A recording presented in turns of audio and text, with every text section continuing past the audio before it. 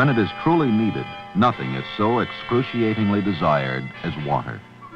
Those with plenty of water don't think much about it. Those with little think of little else. Those with no water die. These extremes have always existed, and they exist to this day. Never, in fact, has so much been written by so many on the importance of water and about the dire consequences of misusing water. A problem of expanding gravity from Los Angeles to Hong Kong, New York to Calcutta. The people in a certain fortunate city are happy about this new and widespread interest in the welfare of water because for a long, long time, this city seemed to be the only one seriously interested in protecting a natural resource of far greater value than all the precious ores and gems in all the world's mountains. For what this city has right in its front yard is the southernmost boundary of some 1/3 of the world's supply of fresh water. But this city found out more than 3/4 of a century ago that just being adjacent to all of this water was not enough, not nearly enough. So they took some very large, very bold, very expensive steps to protect their great natural resource. Today, this city has fresh, clean water in great abundance for recreation. And we should note that this is the only major metropolitan area on the Great Lakes whose residents can use beaches and inshore waters freely with no fear of the effects of pollution.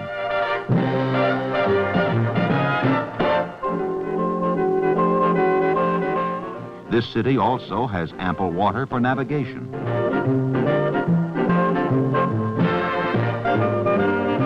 Ample water for industry. Ample water for beauty.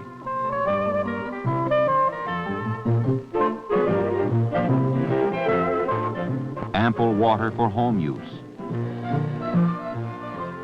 And most fortunately of all, this city has ample, healthful water for drinking from any and all city taps.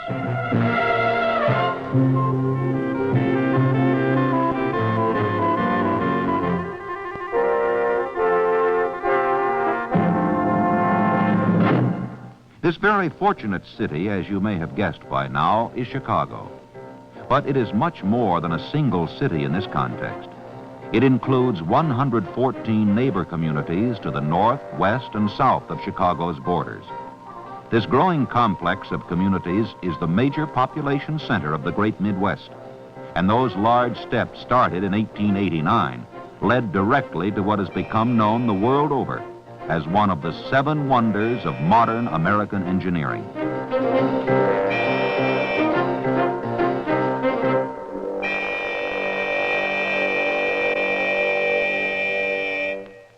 Now, just because it's out there, wide and clean and deep, doesn't mean that it's all ours to use up, not by a long shot. As a matter of fact, we use less than 1/3 as much today as we did 35 years ago. And we're a lot bigger today.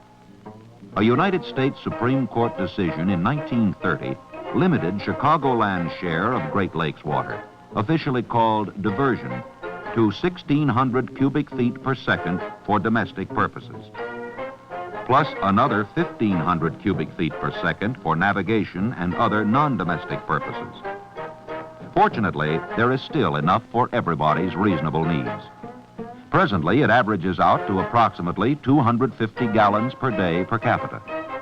That's a lot more than most of us use personally, of course. But the millions of people in Chicagoland do fill their glasses, pitchers, sinks, tubs, laundry equipment, and various other containers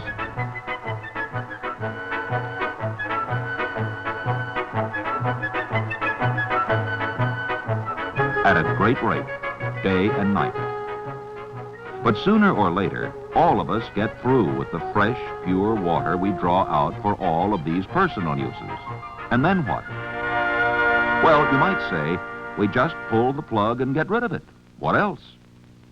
We pull the plugs, all right, but we don't get rid of it. We just start it on its way. It comes pouring down your kitchen drain, and your bathroom drain, and your laundry drain, and down the assorted drains of your neighbors, and their neighbors, and people you never heard of by the millions. From basement apartments to high-rises, from cottages and mansions, hotels and motels, office buildings, schools, hospitals, department stores, you name it. And whatever you name, down it comes. More than 1 billion gallons of it every day of the year.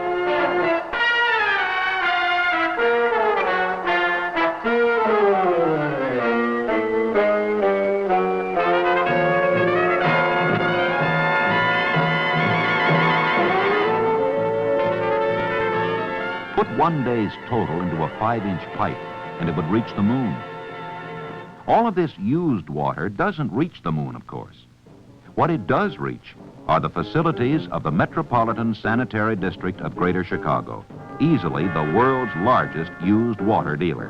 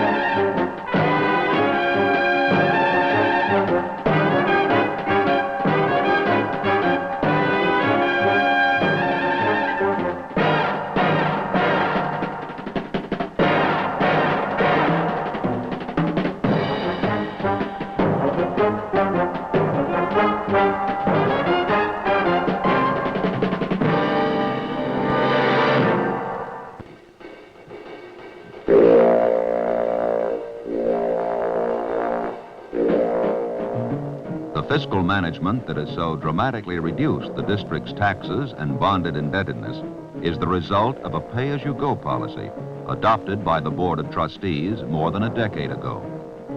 But finances, though of primary importance, represent only one of many areas requiring continuous supervision by the elected trustees.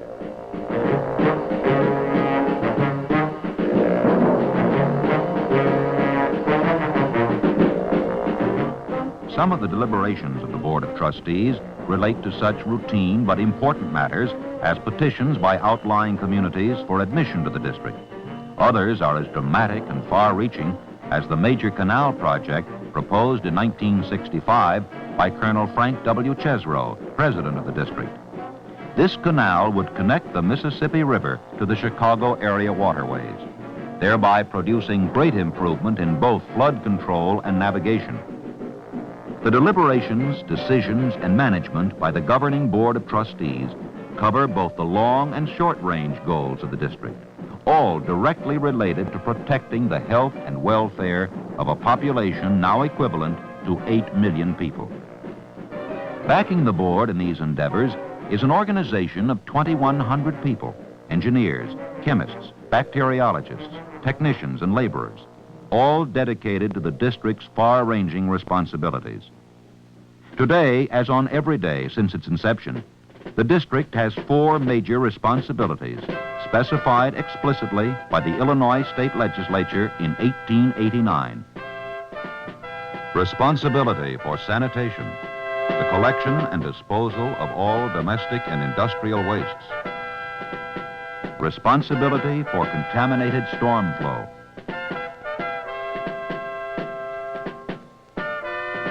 Responsibility for navigation.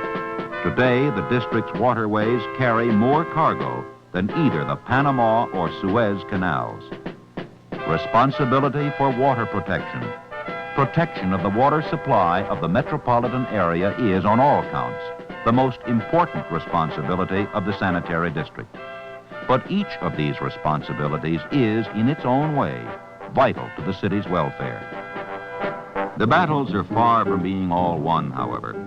The other lake states, Wisconsin, Minnesota, Michigan, Ohio, Pennsylvania, and New York, have brought suit again to reduce our diversion of Lake Michigan to what we consider an insufficient 900 cubic feet per second, with the added stipulation that we dump the treated effluent of this area back into the lake as the other lake cities do, those cities with the unusable beaches.